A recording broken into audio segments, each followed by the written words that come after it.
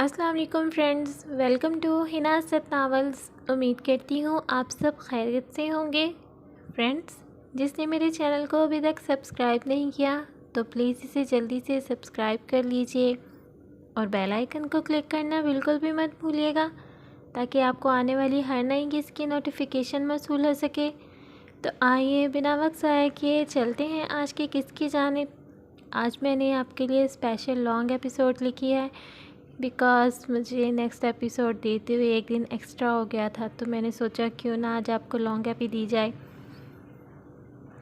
تو آئیے بنا وقت ضائع کیے چلتے ہیں آج کی قسط کی جانب۔ ناول دل نے تم کو چن لیا ہے، قسط نمبر 6۔ تمہارا اور عروج کا پروجیکٹ کہاں تک پہنچا؟ سلسبیل اپنی سپورٹس بائیک پر ایک ٹانگ رکھے بیٹھا فاتح سے باتوں میں مصروف تھا جب ابرش کو گارڈن میں بیٹھا دیکھ کر اسے کچھ یاد آیا۔ Almost and about to submit. اور تمہارا؟ فاتح نے جواب دیتے ہی سوال کیا۔ سیم، سلسبیل سلطان بولا۔ پر بہت مشکل تھا یار اس میڈم حوریہ کے ساتھ مینیج کرنا۔ جلدی اس نے آنا نہیں، دیر سے وہ نہیں جا سکتی۔ نوٹس لینے کا بولو، بار بار اپنے بالوں کو سنوارتی رہے گی۔ ہیل پہن کے اس سے سروے کے لیے زیادہ واک نہیں ہوتی، ایڑیاں دکھتی ہیں۔ کتنی بار تو لڑکیاں اس کا پرس میرے ہاتھ میں دیکھ کر مجھ پہ ہنستی نظر آئیں، لڑکے ہوتے تو دانت توڑ دیتا۔ میڈم میرے گھرانے کے موقعوں کی تلاش میں تھیں۔ ان کا کہنا یہ تھا کہ یونی میں ٹھیک سے فوکس نہیں رہتا کام پہ۔ ریسٹرو چلتے ہیں یا گھر، یا اپنا ایڈریس دے دیں؟ فاتح بولتا جا رہا تھا اور سلسبیل کا ہنس ہنس کر برا حال تھا۔ ابریش نے آج پہلی بار اسے یہ کھل کر مسکراتے دیکھا تھا۔ وہ اس کی سحر زدہ مسکراہٹ سے پل بھر کو نظریں نہ ہٹا سکی۔ پھر اسے مسکراتے دیکھا، لیکن جب اس نے سلسبیل کی آنکھوں کو غور سے دیکھا ان میں ہلکی ہلکی نمی گھلنے لگی تھی۔ فاتح کو حوریہ نے اپنی طرف آنے کا اشارہ کیا تو وہ ادھر چلا گیا، جبکہ سلسبیل سلطان بائک سے اتر کر ابریش کی طرف آیا اور یونیورسٹی کے لان میں گھاس پر اس کے سامنے آ کر بیٹھ گیا۔ کیا ہوا اچانک سے؟ تم ٹھیک تو ہو؟ وہ جو سوچ رہی تھی سلسبیل سے امتیاز شرازی والا معاملہ شیئر کرے گی، اسے عجیب سی کیفیت میں مبتلا دیکھ کر اپنی پریشانی بھلا گئی اور متفکر انداز میں سوال کیا۔ میں بلا وجہ خوش رہنے والا لڑکا، جب میں اداس ہوتا ہوں تو میرے گلے پہ ایک بھاری پتھر کا بوجھ پڑ جاتا ہے اور میرے گلے سے کھانے کا نوالا تک نہیں اترتا۔ کچھ ہی دیر میں جسم کام کرنا چھوڑنے لگتا ہے اور کوئی میڈیسن کام نہیں کرتی۔ اس پہر جیسے کوئی لا علاج سب امیدیں ختم کر کے بستر موت کا انتظار کر رہا ہو۔ ابرش، کیا تم نے کبھی الجھے ہوئے دھاگے دیکھے ہیں؟ میں بالکل ان کے جیسا ہوں۔ آپ ان دھاگوں کو سلجھا نہیں سکتے۔ اگر آپ اسے مزید سلجھائیں گے تو وہ ایک دوسرے سے اس طرح مل جائیں گے کہ جب آپ انہیں الگ کرنے کی کوشش کریں گے تو وہ ٹوٹ جائیں گے۔ وہ کھوئی ہوئی سی کیفیت میں مبتلا ہوئے بولا تھا۔ تم جانتے ہو کہ ان الجھے ہوئے دھاگوں کو کون سلجھا سکتا ہے؟ ایک تو وہ جو اس کام میں مہارت رکھتا ہے، دوسرا آپ خود۔ آپ خود کو ہی سلجھا سکتے ہیں، چاہے کتنا ہی وقت کیوں نہ لگے، مگر آپ ان دھاگوں کو سلجھا ضرور لیں گے۔ اگر آپ انہیں نہیں سلجھا پائیں گے تو لے جائیں پہلے والے کے پاس جو اس کام میں مہارت رکھتا ہے، اور بے شک وہی اللہ ہے جو آپ کے الجھے ہوئے دھاگوں کو بھی سلجھا سکتا ہے، جو آپ کے الجھے ہوئے خوابوں کو بھی تعبیر دے سکتا ہے۔ وہی اللہ ہے جو آپ کے بھٹکے ہوئے راستوں کو بھی منزل دے سکتا ہے۔ ابھی میں بہت کوشش کرتا ہوں کہ رات زیادہ گہری ہونے سے پہلے میں سو جاؤں، کیونکہ گہری رات میرا ہر درد بڑھا دیتی ہے۔ مجھے اب اندھیرے سے تو ڈر نہیں لگتا، مگر اب خود سے ڈرتا ہوں، اپنی وحشت سے ڈرتا ہوں جو ان اندھیروں میں بڑھتی جاتی ہے۔ خود سے نفرت اور زیادہ ہوتی جاتی ہے۔ ماضی کا ہر درد ہرا ہو جاتا ہے، خون رسنے لگتا ہے۔ آخر کیوں تقدیر نے میرے ساتھ ایسا کھیل کھیلا؟ میں غلط نہ ہوتے ہوئے بھی غلط ٹھہرایا جاتا ہوں، کبھی مجھے صفائی کا موقع ہی نہیں دیا جاتا، خود ہی مجھے مجرم بنا کے سزا سنا دی جاتی ہے۔ آخر میرا قصور کیا ہے؟ صرف یہ کہ میں سب پہ بھروسہ کرتا ہوں، سب سے مخلص رہتا ہوں، اپنے حق کے لیے لڑتا نہیں۔ میں نے بہت دفعہ کوشش کی خود کو ختم کر لوں، بہت سزا دی خود کو، پر نہ جانے کیوں رہائی نہیں ملتی اس درد مسلسل سے۔ آخر مجھے چھٹکارا کیوں نہیں ملتا؟ وہ بولتے ہوئے اپنا سر دونوں ہاتھوں سے تھام گیا، چہرے پہ کرب زدہ آثار دکھائی دے رہے تھے۔ کیا بات ہے سبیل، مجھے بتا دو، شاید میں تمہاری کوئی مدد کر سکوں۔ ابرش نے تسلی دینے کے لیے اپنے ساتھ کا احساس کروایا، مگر وہ چپ رہا، کسی گہری سوچ میں گم۔ مجھ سے شیئر کرنے والی بات بھی نہیں تو دل کا بوجھ اللہ کی بارگاہ میں رونے سے ہلکا ہو جاتا ہے، جہاں کوئی انسان کو تانا نہیں ملتا، صرف کرم کی چادر سے ڈھانپ دیا جاتا ہے، بس ایک سجدہ اور نہ مانگے دل سکون سے لبریز ہو جائے گا۔ ابرش کی باتیں اس کے دل پر لگی تھیں، بے شک اس پروردگار سے بڑھ کر کوئی رازدار اور مشکل کشا نہیں تھا۔ آج صبح ہی فہام شیرازی کی کال آئی تھی اور اس نے ساجد شیرازی سے اجازت لی تھی کہ وہ دعا کی گزشتہ سالگرہ کو سیلیبریٹ کرنے کے لیے اس کو اپنے ساتھ لے جانا چاہتا ہے۔ ان دونوں کا نکاح ہو چکا تھا، ابھی کوئی عذر نہیں بنتا تھا اسے منع کرنے کے لیے، اس لیے انہوں نے اسے اجازت دے دی۔ دعا آئینے کے سامنے کھڑی اپنی تیاری کو آخری شکل دے رہی تھی۔ سیاہ رنگ کا عبایا اور اس کے ساتھ ہی ہم رنگ سکارف حجاب کی صورت چہرے پہ باندھے آئینے کے سامنے کھڑی اپنی تیاری کا جائزہ لے رہی تھی۔ میک اپ کے نام پہ صرف مسکارا اور ہونٹوں کو گلابی رنگ میں ڈھال لیا تھا۔ عام سی تیاری کیے وہ سادگی میں بھی بہت خوبصورت لگ رہی تھی، شاید چہرے پہ پوری شان سے چمکتے نور کا اثر تھا۔ سبینہ جلدی سے دروازہ کھولتے ہوئے اندر آئیں تو سامنے آئینے میں اپنی بیٹی کا خوبصورت عکس دیکھتے ہی بے ساختہ ٹھہر گئیں۔ ماشاءاللہ۔ دعا جو دروازہ کھلنے کی آواز پہ چونک کے مڑی تھی، اپنی والدہ کے منہ سے نکلنے والے الفاظ سن کے شرمائی۔ شرماتے ہوئے رخساروں پہ بھی شرم نے اپنے حسن رنگ بکھیرے تھے۔ سبینہ نے آگے بڑھتے ہوئے اس کا ماتھا چوما۔ بہت پیاری لگ رہی ہو ماشاءاللہ، کہیں میری ہی نظر نہ لگ جائے۔ ماں کی نظر نہیں، محبت اور پیار کا احساس ہوتی ہے، اس نے اپنی ماں کا ہاتھ تھامتے ہوئے جواب دیا۔ اچھا فوراً نیچے آ جاؤ، فہام آ چکا ہے۔ انہوں نے اس کے گال پہ ہلکی سی چپت لگاتے ہوئے اطلاع دی تھی۔ جی بس آئی، وہ کہتے ہی بستر پہ رکھے اپنے بیگ اور موبائل کی طرف بڑھی تھی۔ آئینے میں اپنے آپ کا ایک آخری بار تنقیدی جائزہ لے کر وہ کمرے سے نکلی۔ گھر کا دروازہ کھول کے وہ جیسے ہی باہر نکلی تو گاڑی سے ٹیک لگائے کھڑا فہام شیرازی سیدھا ہوا۔ سامنے سیڑھیوں سے اترتی دعا اور ہوا کے زور سے اڑتا ہوا اس کا عبایا، یہ منظر اس کی آنکھوں کو بہت بھایا تھا۔ دعا دھیرے دھیرے چلتی ہوئی اس تک پہنچی تو فہام نے آگے بڑھ کے اگلی سیٹ کا دروازہ کھولا۔ دعا متشکر نگاہوں سے اسے دیکھتی اندر بیٹھ گئی۔ فہام اس کی طرف کا دروازہ بند کرتا چکر کاٹ کے اپنی سیٹ پہ پہنچا۔ ڈرائیونگ سیٹ پہ بیٹھ کے سیٹ بیلٹ لگاتے ہوئے اس کی نظر دعا کی جانب اٹھی۔ دعا اس کی نظریں خود پہ مرکوز پا کر اسے استفہامیہ نظروں سے دیکھنے لگی۔ اس نے جواب دیے بغیر اپنی سیٹ بیلٹ کی طرف اشارہ کیا۔ مطلب سمجھتے ہوئے اس نے فوراً مسکرا کے بڑبڑاتے ہوئے اپنی سیٹ بیلٹ باندھی۔ فہام اس کی حالت سے محظوظ ہوتا گاڑی سٹارٹ کرنے لگا۔ گاڑی اب مین روڈ پہ رواں دواں تھی، جبکہ فہام بات کا آغاز کیا۔ بہت بہت شکریہ۔ کس بات کا؟ اس نے نہ سمجھی سے اسے دیکھا۔ میری خواہش کا احترام کرنے کا۔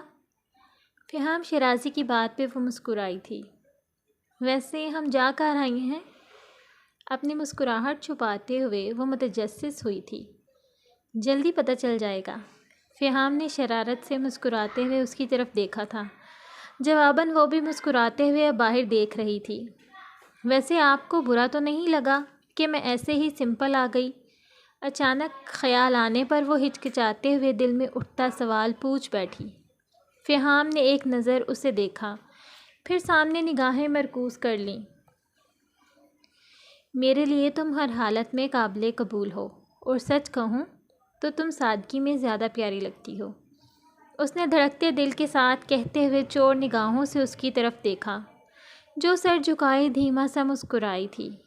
اس کی مسکراہٹ دیکھ کر وہ پرسکون ہوا تھا۔ تقریباً پورے راستے ان دونوں کے درمیان ذرا سی دیر کے لیے ہلکی پھلکی بات چیت ہوتی اور پھر ایک معنی خیز خاموشی چھا جاتی۔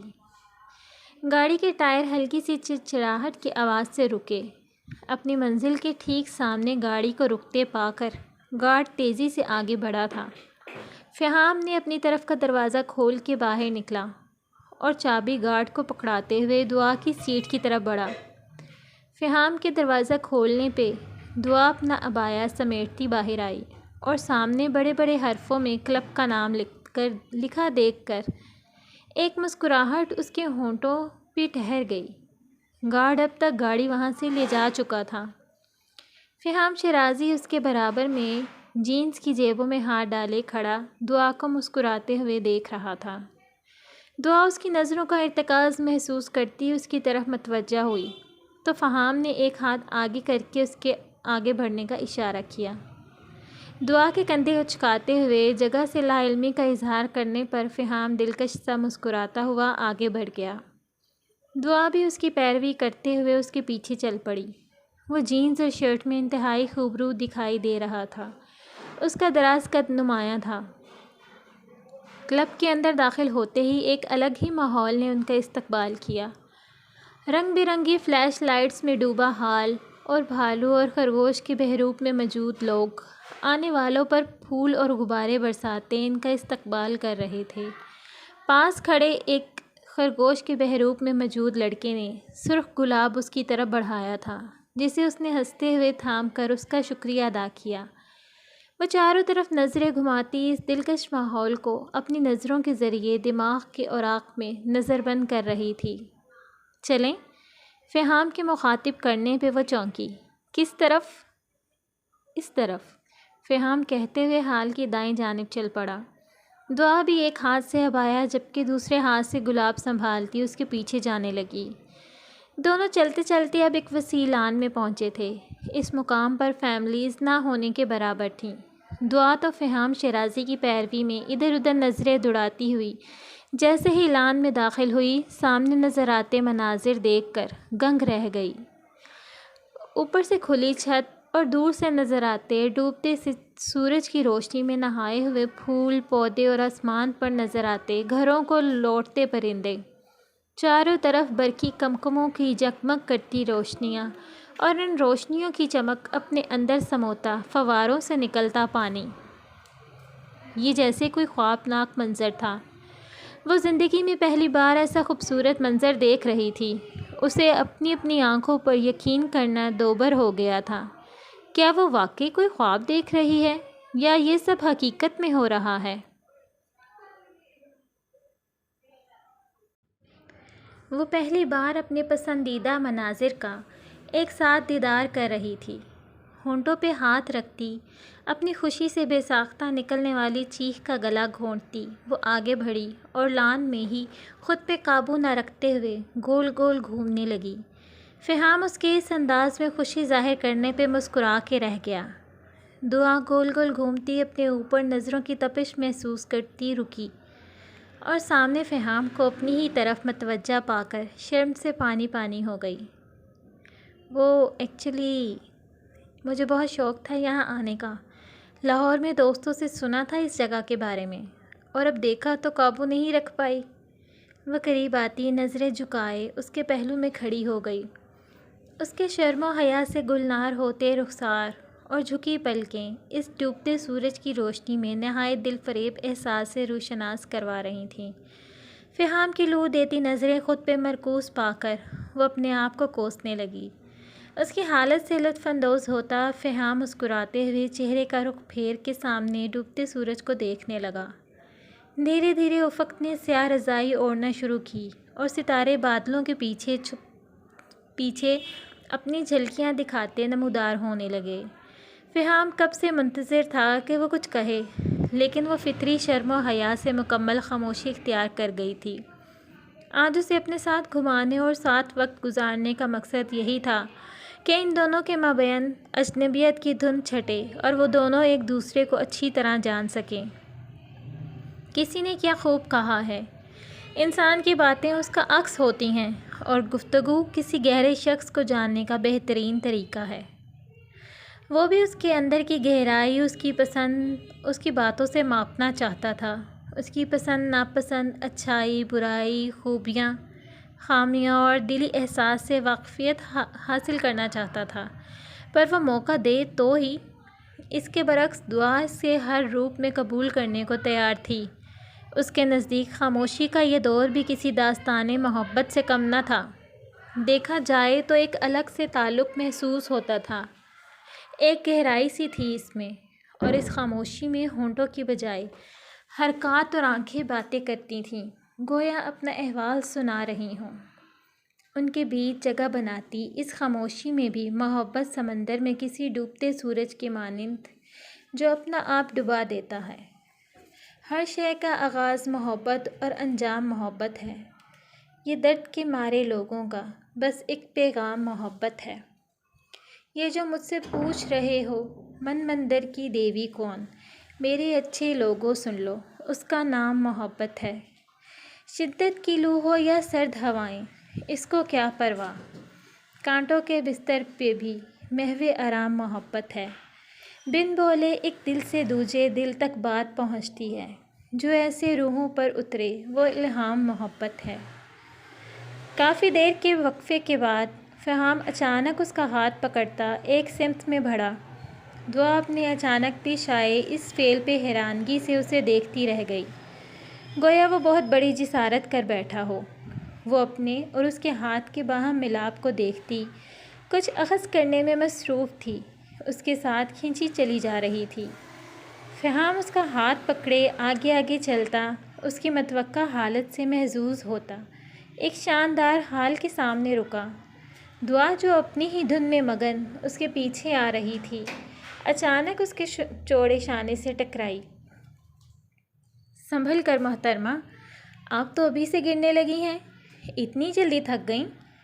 فہام شرارت سے آنکھیں اچکاتا اس کے چہرے پہ بدلتے حیا کے رنگوں کو بغور دیکھ رہا تھا، جہاں گویا بہار چھائی ہوئی تھی۔ اب آپ اچانک اس طرح رکیں گے تو کوئی بھی ٹکرا جائے گا۔ دعا نے سر اٹھاتے ہوئے اسے نظریں ملانی چاہیں، پر اف، ان آنکھوں میں ٹھاٹھے مارتے ہوئے شوریدہ جذبات۔ وہ آنکھیں چراتی اس کے پیچھے دیکھنے لگی۔ Okay, my mistake. اس نے ہاتھ ہوا میں اٹھاتے ہوئے سر ہلاتے ہوئے اپنی غلطی تسلیم کی۔ اب اس گستاخ انسان کے ساتھ آج رات ڈنر کریں گی؟ اس کی شان میں اضافہ کریں گی؟ وہ مؤدبانہ انداز میں جھکتے ہوئے اس کی طرف ہاتھ بڑھا رہا تھا، جس پر دعا نے ہلکی آبشار جیسی کھلکھلاہٹ میں اسے اپنا ہاتھ تھما دیا۔ وہ سرفرازی سے اس کا ہاتھ پکڑتا ہال میں داخل ہوا تھا۔ چاروں اطراف میں کئی میزیں لگائی گئی تھیں۔ ویٹرز ادھر ادھر ہاتھوں میں مشروبات کی ٹرے اٹھائے گھومتے نظر آ رہے تھے۔ سامنے ہی ایک بڑی سی اسٹیج نما مرکزی جگہ تھی، جہاں میوزیشنز کھڑے ہال میں بیٹھے مہمانوں کو اپنی موسیقی سے لطف اندوز کر رہے تھے۔ ہال کی خوبصورتی میں اضافہ اوپری منزل پہ لگی ہوئی خوبصورت طرز پہ بنے گرل نے کیا تھا۔ وہ دونوں بھی اندر داخل ہوتے ریسیپشن پہ پہنچے۔ Hello sir, how can I help you? Black suit میں ملبوس ایک شخص نے اپنا رجسٹر کھولتے ہوئے انہیں دیکھا۔ Look for a registration by name of Faham Shirazi this evening. Faham Shirazi کے کہنے پر وہ رجسٹر کے اوراق پہ نظر دوڑاتا اس کا نام دیکھنے لگا۔ Yes, you do have a registration for 2 people. Is your wife here? اس شخص کے وائف لفظ کے استعمال کرنے پہ دعا نے سٹ پٹاتے ہوئے فہام کو دیکھا، جو اس کی گھوریوں سے اچھی طرح واقف انجان بنا مسکرا رہا تھا۔ Almost, it's wife to be actually. Faham اس شخص کی تصحیح کرتا دعا کو دیکھنے لگا، جو اس کی تصحیح پہ مطمئن ہو کر انجان بنتی خلاؤں میں دیکھ رہی تھی۔ فالو می سر۔ وہ شخص اب اپنے کیبن سے نکلتا انہیں پیچھے آنے کا اشارہ کرتے ہوئے آگے بڑھ گیا۔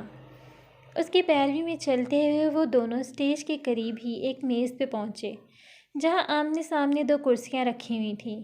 اس شخص کے رخصت ہوتے ہی فہام نے آگے بڑھ کے اس کی کرسی پیچھے کی۔ دعا تشکر بھری نظروں سے اسے دیکھتی، وہ سرخ گلاب میز پہ رکھتی کرسی پہ بیٹھ گئی۔ فہام ٹھیک اس کے سامنے بیٹھتا استفہامیہ نظروں سے اسے دیکھنے لگا۔ دعا اس کی نظروں پہ کنفیوز ہوتی، بھویں اچکاتی، جواباً سوالیہ نگاہوں سے اسے دیکھنے لگی۔ اس کے انداز پہ بے ساختہ فہام کی ہنسی نکل گئی۔ کیسا لگا؟ اس نے ہنسی پہ قابو پاتے ہوئے سوال کیا۔ کیا؟ دعا کی ناسمجھی کی حد پار ہو چکی تھی۔ فہام نے اپنی بیئرڈ سہلاتے ہوئے اسے دیکھا۔ میرا ساتھ؟ اس کا جواب اور اپنے اندر شرارت سموئے ہوئے نگاہیں وہ بکھلا کے نظریں چرانے لگیں۔ وہ اپنے ہر عمل سے اس کے دل کی دھڑکنیں بے ترتیب کرتا جا رہا تھا۔ دعا یار، میں اس جگہ کی بات کر رہا ہوں، سرپرائز کی بات کر رہا ہوں۔ فہام کو آگے جھکتے ہوئے گتھی سلجھانے کی کوشش کرنے لگا، جسے دعا کی سٹپٹاہٹ نے الجھا دیا تھا۔ اوہ! دعا ہونٹوں کو گول کرتی گویا ہوئی۔ اچھا لگا؟ اس کے یک لفظی جواب پہ فہام ہتھیلی کو مٹھی کی صورت بند کرتا ہونٹوں پہ رکھتا کھنکارا۔ اور یہ سرپرائز دینے والا کیسا لگتا ہے؟ اس کے اگلے سوال پہ دعا نے یکایک نظریں اٹھا کے سامنے براجمان اس پروقار شخص کی گہری آنکھوں میں دیکھا، جہاں ایک جذبات کا سمندر ٹھاٹھے مار رہا تھا۔ ابھی وہ اس کشمکش میں تھی کہ کیا جواب دے کہ برابر سے گزرتے ویٹر کی ٹرے ایک دم عدم توازن ہوئی اور ٹرے میں رکھا سلش کا گلاس فہام کے کپڑوں کو داغدار کر گیا۔ I am so sorry sir, I am really very sorry. میں وہ 21-22 سال کا لڑکا اب پریشان ہوتے ہوئے معذرت کر رہا تھا۔ چہرے سے چھلکتی پریشانی صاف واضح تھی۔ فہام تو صدمے سے اپنی نیوی بلو شرٹ کو دیکھتا رہا، جو اس کی فیورٹ تھی، جبکہ دعا سختی سے ہونٹ بھینچے، آنکھیں بڑی بڑی کیے کبھی اس کو اور کبھی اس لڑکے کو دیکھ رہی تھی، جو شدید بوکھلاہٹ کا شکار تھا۔ I am really sorry sir. It's okay, it's okay. وہ کرسی سے کھڑا ہوتا ہے، ٹیبل پہ رکھے نیپکن سے اپنی شرٹ صاف کرتے ہوئے گویا ہوا۔ کوئی بات نہیں، غلطی سے گرا ہے، جان بوجھ کے تو نہیں گرایا نا؟ اس نے اپنے لہجے کو حتی الامکان حشاش پشاش رکھتے ہوئے کہا، حالانکہ دل اپنی نئی شرٹ کی حالت پہ برا ہوا تھا۔ آپ مجھے یہ بتا دو کہ جینٹس واش روم کس طرف ہیں؟ آئیں، میں آپ کو لے چلتا ہوں، وہ لڑکا تیزی سے کہتا ہوا آگے بڑھا، جبکہ فہام معذرت طلب نگاہوں سے دعا کو دیکھتا ویٹر کے پیچھے چلا گیا۔ اس کے جاتے ہی دعا ٹیبل پہ کوہنی ٹکائے ہتھیلی گال پہ رکھتی بیزار نگاہوں سے حال کی سجاوٹ دیکھنے لگی۔ وہ واپس آیا تو دونوں نے مل کر پرتکلف ڈنر کیا۔ واپسی پر فہام اسے مارکیٹ لے گیا تاکہ اسے اس کی پسند کا گفٹ دلا سکے۔ دعا اور فہام دونوں پلازا کی ایک شاپ میں موجود تھے۔ واؤ، کتنا ڈیسنٹ لگ رہا ہے وہ لڑکا۔ وہ فہام کے لیے شرٹ دیکھ رہی تھی کیونکہ اس کی شرٹ خراب ہو گئی تھی، جب اس کے کانوں میں کسی لڑکی کی جانی پہچانی ستائشی آواز ٹکرائی۔ واہ، کمال ہو گیا یار، تم تعریف کر رہی ہو اور وہ بھی کسی لڑکے کی، یہ کیسے ہو گیا؟ ویسے سورج کہاں سے نکلا؟ اس نے گردن موڑ کے پیچھے دیکھا۔ 3 لڑکیاں آپس میں باتیں کرتی ہوئی داخل ہو چکی تھیں۔ وہ ان کو دیکھ نہیں سکی کیونکہ ان کا چہرہ دوسری جانب تھا۔ وہ اس کی باتیں سن کر مسکرا دی۔ تم لوگ اب کوئی بکواس نہیں کرو، وہ ہے ہی تعریف کے قابل، جائشہ نے ان کو ڈپٹتے ہوئے کہا۔ ایکسکیوز می، وہ فہام کے لیے شرٹ پسند کر کے اسے پیک کروا چکی تھی۔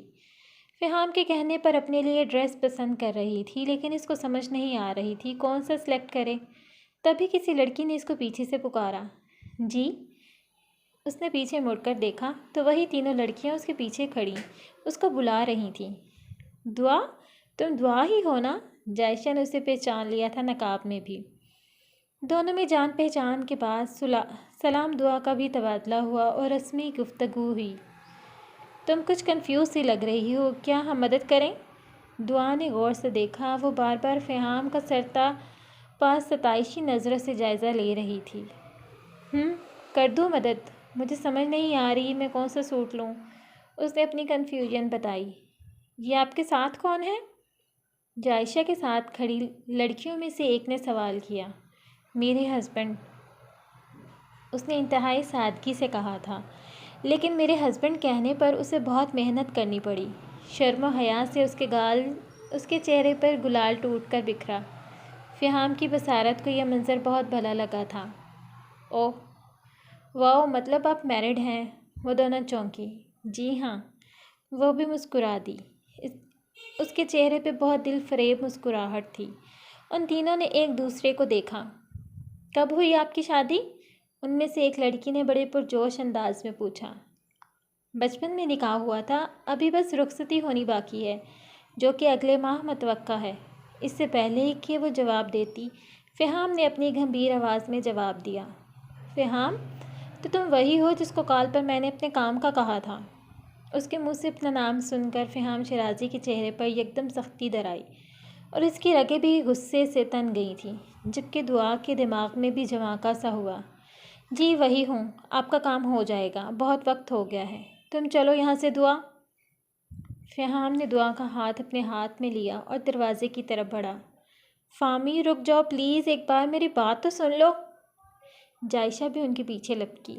جسٹ شٹ اپ مس، میرا الٹا سیدھا نام لینے کی جرات بھی مت کرنا آئندہ۔ اب تمہاری زبان پر میرا نام نہیں آنا چاہیے، اور نہ ہی پبلک پلیس پر میں کوئی تماشا افورڈ کر سکتا ہوں۔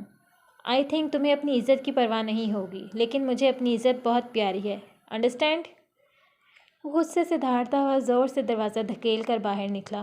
دعا بھی خاموشی سے اس کے ساتھ ہی کھینچی چلی آئی تھی، کیونکہ اس کا ہاتھ فہام شیرازی کے ہاتھ میں تھا، اور اس کو بھی پتہ چل چکا تھا کہ جائشہ نے فہام سے ضرور کچھ الٹا سیدھا کہا ہوگا۔ وہ نہیں جانتی تھی کہ اب آگے کیا ہونے والا ہے، کیونکہ فہام شیرازی شدید غصے میں تھا اور وہ اس کے غصے سے بے حد خائف تھی۔ ڈیئر ریڈرز، کیسی لگی آپ کو آج کی کس؟ کمنٹ سیکشن میں اپنی رائے سے ضرور نوازیے گا۔ پہلے کچھ ریڈرز نے مجھ سے سوال کیا تھا کہ امتیاز ہے، وہ ان پڑھ ہے، لیکن پھر وہ اتنی اچھی طریقے سے بات کیسے کر لیتا ہے؟ اور اب فہام ہے، اس نے بھی آج کے قسم میں انگلش کے ورڈ یوز کیے ہیں، تو سب یہ کہیں گے اگر وہ میٹرک پاس ہے تو وہ کیسے انگلش کے ورڈ یوز کر لیتا ہے؟ تو آپ آج کل کے لوگ ہیں یار، سمجھیں کہ ہم لوگ جس معاشرے میں رہتے ہیں، ہمارے ارد گرد اتنی زیادہ انفارمیشن ہوتی ہے کہ ہم آپس میں بات کرتے ہوئے ایک دوسرے سے بہت کچھ سیکھ جاتے ہیں۔ اور میٹرک کوئی لو لیول تو ہوتا نہیں ہے، میٹرک میں لوگ بہت اچھی انداز میں بات کرنا شروع ہو جاتے ہیں، انگلش میں بھی، اگر کسی اچھے اسکول سے پڑھا ہو تو اس بات کا ایشو مت بنائیے گا کہ اگر میٹرک پاس ہے تو اسے انگلش کیسے آتی ہے۔ کوئی میٹرک لو لیول تو ہے نہیں، میٹرک میں بھی اچھی خاصی انگلش آ جاتی ہے، انسان سیکھ جاتا ہے بہت کچھ۔ تو باقی انسان اپنے ارد گرد سے، سوشل میڈیا سے بہت کچھ سیکھ جاتا ہے۔ آئی ہوپ آپ کو سمجھ آ گئی ہوگی، اور اپنا بہت سا خیال رکھیے گا، دعاؤں میں یاد رکھیے گا۔ آپ کی ادنیٰ سے رائٹر حنا اسد۔ انشاءاللہ جلدی ملتے ہیں نیکسٹ کس کے ساتھ۔